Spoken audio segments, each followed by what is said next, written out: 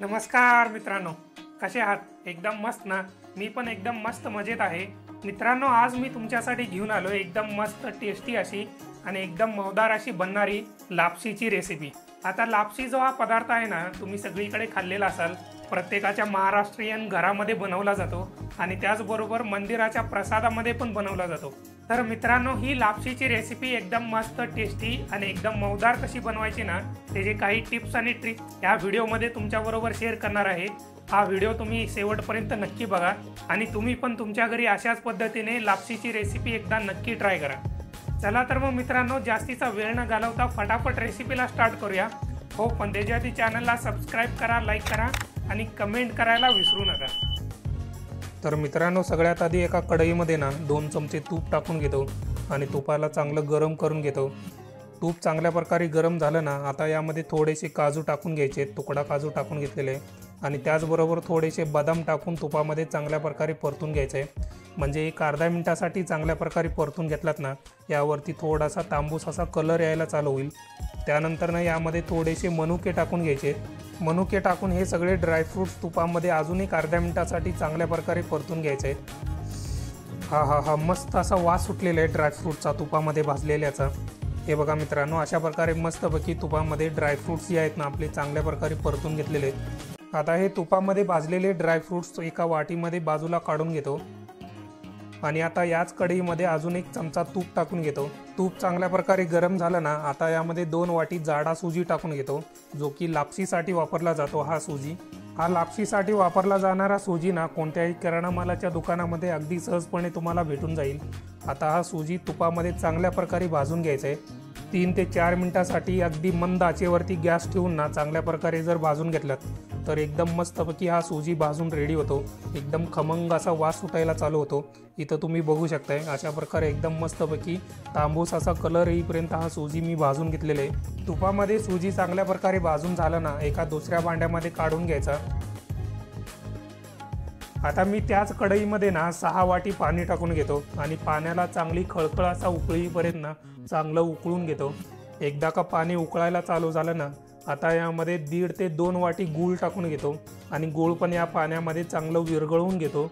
आता इथं मित्रांनो, तुमच्या आवडीनुसार तुम्ही गूळ जे आहे ना कमी जास्त करू शकता.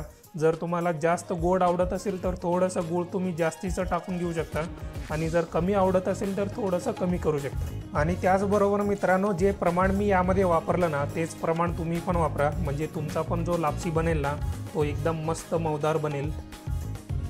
आता गूळ जे आहे ना पाण्यामध्ये चांगल्या प्रकारे विरघळून गेलेले आहे. आता यामध्ये भाजून घेतलेला जो रवा होता ना आपला जाडा रवा, यामध्ये टाकून घ्यायचा आणि चांगल्या प्रकारे मिक्स करून घ्यायचा पाण्यामध्ये. आता यामध्ये तुपामध्ये भाजून घेतलेला जो ड्रायफ्रूट्स ठेवला होता ना वाटीमध्ये, तो यामध्ये टाकून घ्यायचा आणि त्याचबरोबर यामध्ये सुका खोबरा किसून घेतलेले हे पण मी यामध्ये टाकून घेतो. याच्यामुळे लापशीला एकदम मस्त अशी टेस्ट येते. त्याचबरोबर यामध्ये थोडासा बडीशोप घेतलेले आणि खलबत्त्यामध्ये थोडासा कुटून घेतलेले हे बडीशोप यामध्ये टाकून घेतलेले आणि आता सगळ्यात शेवटी यामध्ये वेलची पावडर टाकून घ्यायची आणि चांगल्या प्रकारे मिक्स करून घ्यायचं सगळं. एकदा का चांगल्या प्रकारे मिक्स करून घेतलं ना, वरती झाकण लावून घ्यायचं आणि 20 ते 25 मिनिटासाठी मंद आचेवरती याला शिजवून घ्यायचं आहे. आणि त्याचबरोबर मित्रांनो, शिजवून घेत असताना झाकण काढून घ्यायचं. अधूनमधून 2 ते 3 वेळा चांगल्या प्रकारे लापशीला हलवून घ्यायचं. म्हणजे लापशी कढईच्या खालून करपणार वगैरे नाही याची काळजी घ्यायची. हे बघा मित्रांनो, अशा प्रकारे एकदम मस्तपैकी एकदम मौदार असा लापशी आपला शिजून रेडी झालेला आहे. आता सगळ्यात शेवटी वरून एखादा चमचा तूप टाकून घ्यायचा आणि मस्तपैकी यामध्ये मिक्स करून घ्यायचा. अशा प्रकारे मित्रांनो एकदम मस्तपैकी आपला लापशी रेडी झालेला आहे. शिजायला तर एकदम मौदार असा शिजलेला आहे, त्यामुळे एकदम टेस्टी झालेले आहे, एकदम भन्नाट झालेले आहे. तर मित्रांनो, अशा प्रकारे एकदम साध्या सोप्या पद्धतीने तुम्ही पण तुमच्या घरी अशा प्रकारची लापशी एकदा नक्की ट्राय करा.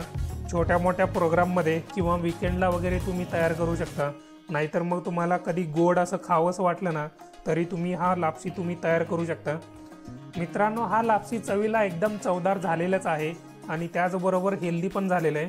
कारण यामध्ये आपण गुळाचा वापर केल्यामुळे ना खायला एकदम गूळ हेल्दी असतो, तुम्हाला सगळ्यांना माहितीच आहे. तर अशा प्रकारे तुम्ही पण तुमच्या घरी लापशी एकदा नक्की ट्राय करा. मग काय मित्रांनो, कशी झाली लापशी? एकदम मस्त झाली की नाही?